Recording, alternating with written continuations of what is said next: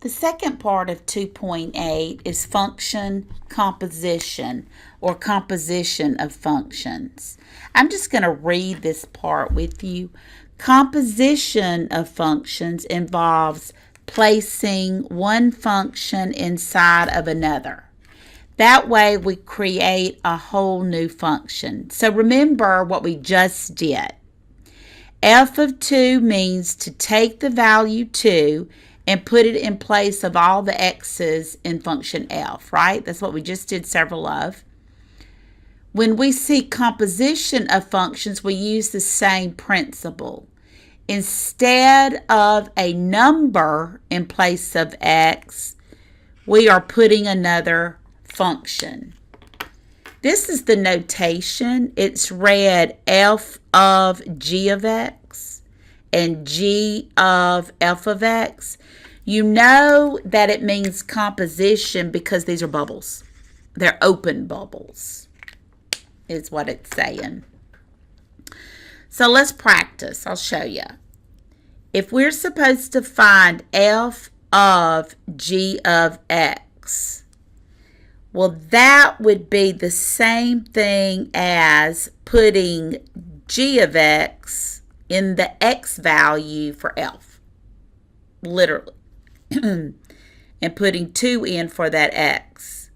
So when it says, we could write it again, f of g of 2. So first, I need to find g of 2. So I take function g, put 2 in place of x, and it simplifies to 1, right?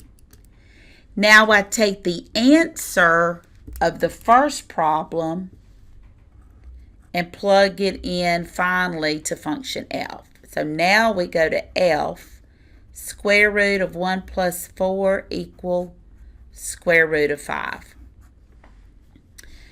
And you can back up too. So we want right into left. So we find g of 2, which equals 1. And then we put that answer into function f.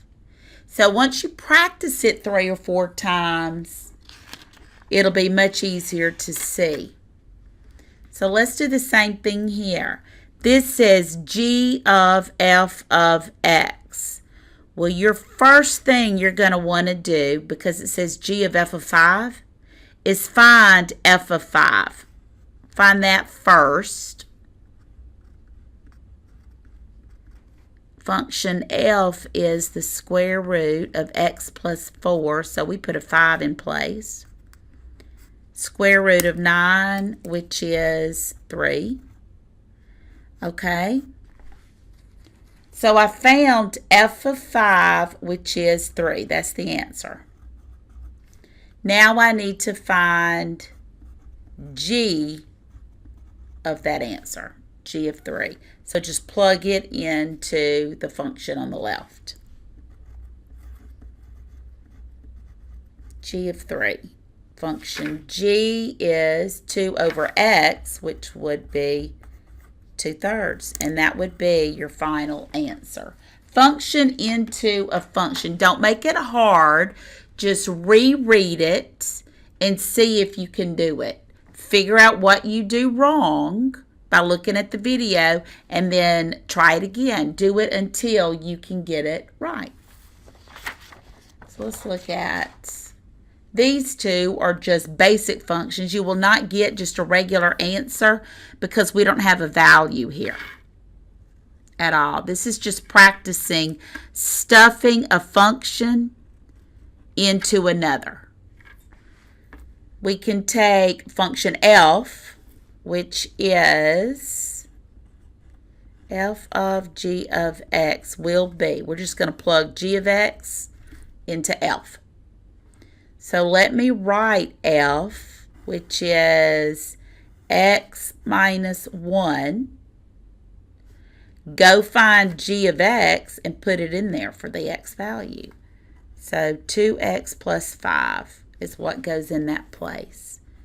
And we just need to simplify it 2x plus 5 minus 1 is 4. Now this says give the domain. We talked about this. We talked about it last week. Remember, in this radical, what number can you not take the square root of? A negative, right? You cannot take the square root of a negative. So how low can this x be before this becomes negative? Remember, when we set what's under the radical equal to 0, x equal negative 2. So x can go as low as negative 2. To state the domain, x is greater than or equal to negative 2. You could also write it like this. I think this is how we've been writing a lot of that. Both of those are symbolic for domain. Okay, so just to review domain. Now, let's turn it around. Let's find g of f of x. So take f of x and stuff it into g. I'm going to write g, which is 2x plus 5, and I'm going to stuff that with f of x.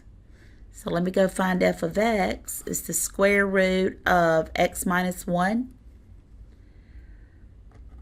So 2 times the square root of x minus 1 plus 5 equal, let's just say y. My domain, again, can be anything except what's going to make under that radical a negative number. So x minus 1 equals 0. We'll see how low x can be. It's got to be 1 or greater. So my domain, x has got to be greater than or equal to 1.